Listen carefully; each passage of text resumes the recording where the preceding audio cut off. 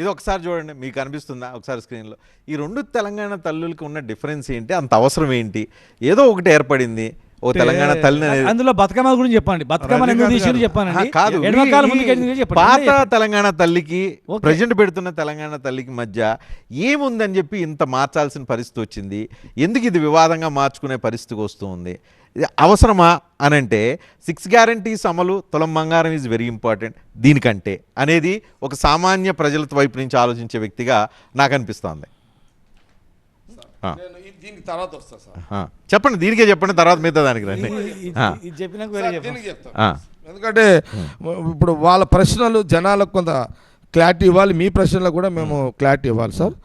ఒకటి, శ్రీనివాస్ గౌడ్ గారు ఒక మాట అన్నారు, రాహుల్ గాంధీ గారు అన్న మాట, సోనియా గాంధీ గారు చెప్పిన మాట నిలబెట్టుకునే పరిస్థితి తెలంగాణ కనబడతలేదు అని వారు ఒక ప్రశ్న వేశారు.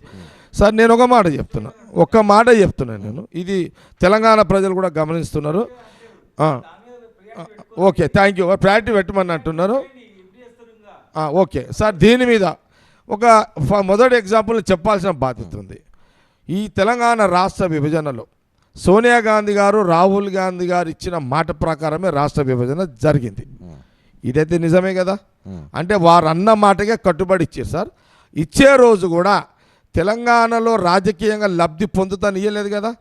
ఇక్కడ రాష్ట్ర విభజన సోనియా గాంధీ, రాహుల్ గాంధీ చేస్తున్న క్రమంలో ఒక ఆంధ్రప్రదేశ్ రాష్ట్రం పక్కకి వెళ్ళిపోతుంది, అక్కడ ఆ రాష్ట్రంలో కాంగ్రెస్ కనుమరుగైపోతుంది.